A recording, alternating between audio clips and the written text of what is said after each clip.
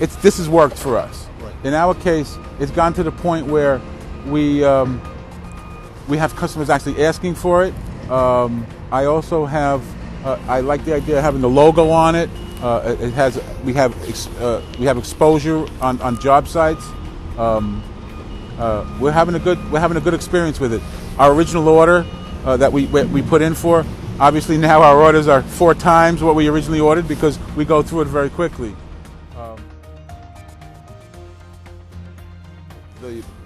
The list of materials that we've put in is pretty amazing.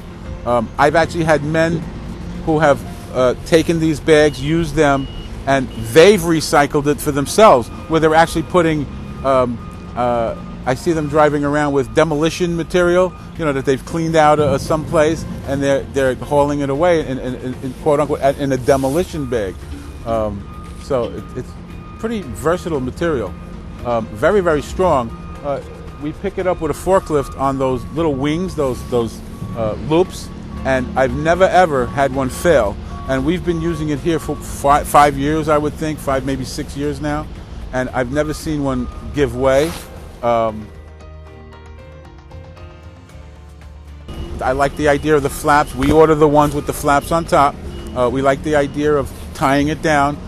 We used to have to try to shrink wrap it or something. I know in Connecticut you're not allowed to have an open container, so especially if we go into Connecticut, I definitely like those bags with the flaps on top. I know there's a nominal fee for that, but we're more than happy to pay that fee because in Connecticut it's a must, and in our case we don't want somebody chasing our drivers down the highway because they broke their windshield because a piece of gravel fell off. This worked. It's now a no-brainer. It works for us. We move many of these bags all the time. The problem with the buckets that we had in the past, especially in the wintertime, is they freeze. It'll freeze. When you go to dump it, the material won't dump out. Well, here, it's in the bag. And that's not to say it won't freeze in the bag, but the point is at least it's on site. I can't leave the bucket with the customer and have them empty it at their leisure. We're here with the bag. They wait for a nice day, it'll thaw out, whatever the case is. Here in the Northeast, wintertime, the buckets, in the wintertime, we would have to use some kind of antifreeze. We would line it, we would spray the inside so that the material would be moving. Well, here, needless to say, I don't have to do that. These work pretty well for us here.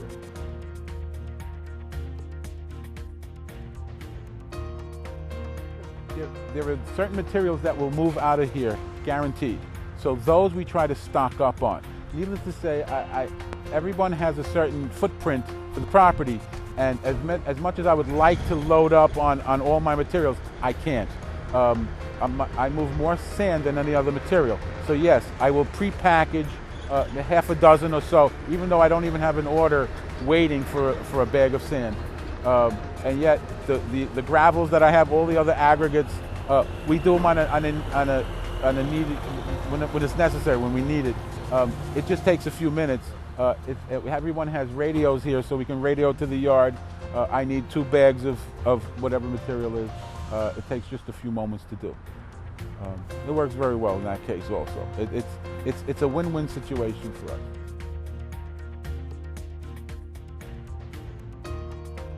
What happens is because we've gotten to the point where we use so many, we tell the guys, listen, you got to give us an idea of how many bags we have left.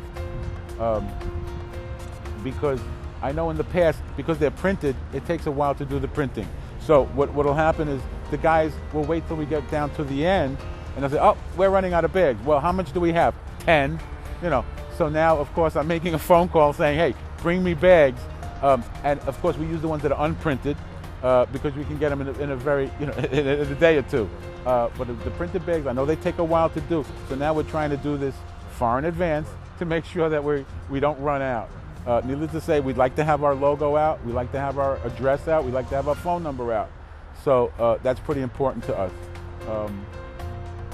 It's nice because the bags stay on the job virtually until the end. It's nice to have the logo sitting there for obvious reasons. Anytime you have your phone number out there, people are going to tend to call it. We've had homeowners who come and say, yeah, you're doing that job. I need a bag of gravel in the back, and I like the idea that I could take it as I need it, and then will you pick up the, I'm sure we'll be more than happy to go back and pick up the balance of it. Generally, what will happen is we do charge to go pick up material as a comeback, but what will happen is if the bag is half full, it's kind of like a wash. Okay, we'll take back the bag and we'll keep the material and we're even. So the customer's happy, we're happy.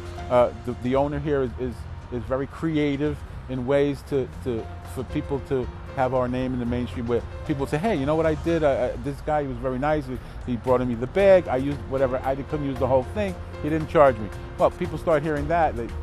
We have a lot of homeowners that come here all the time. Needless to say, the contractors love it, but the homeowners are getting into it too. They like the idea that it didn't leave a mess. They didn't have it. They don't have a quarter of a yard of gravel in their grass that they have to clean up. So that works pretty well.